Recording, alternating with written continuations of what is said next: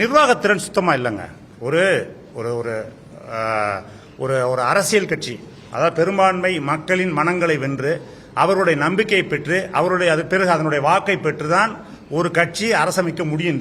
இங்க இதுதான் இயல்பு நிலை. அந்த அந்த பெரும்பான்மை மக்களை கவரக்கூடிய எந்த நடவடிக்கையும் இவர் எடுத்ததில்லை.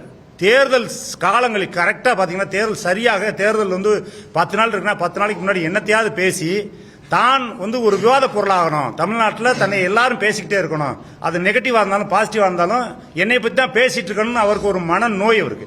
அதனால என்ன பண்றாரு, அவர் ஒவ்வொரு முறையும் பாத்தீங்கன்னா அந்த தேர்தலில் நாம் தமிழர் முன்னோக்கி போற நாம் தமிழர் பின்னோக்கி இழுத்து விட்டுருவாரு. நீங்க அது எல்லா தேர்தலையும் சொல்லலாம். கடந்த ஈரோடு கிழக்கு தேர்தலில் பாத்தீங்கன்னா தேவையில்லாம அருந்ததியை பத்தி அங்க போய் பேச வேண்டிய அவசியமே இல்லை, பேசினார். அதே போல இன்றைக்கு பெரியார் எடுத்து பேசி எப்பயுமே ஒரு போய் இப்படி மேலே ஏறிட்டு இருக்கும், கீழே பிடிச்சி இழுத்து விட்டுருவாரு. அது வேற யாரும் இல்லை, அவரே தான்.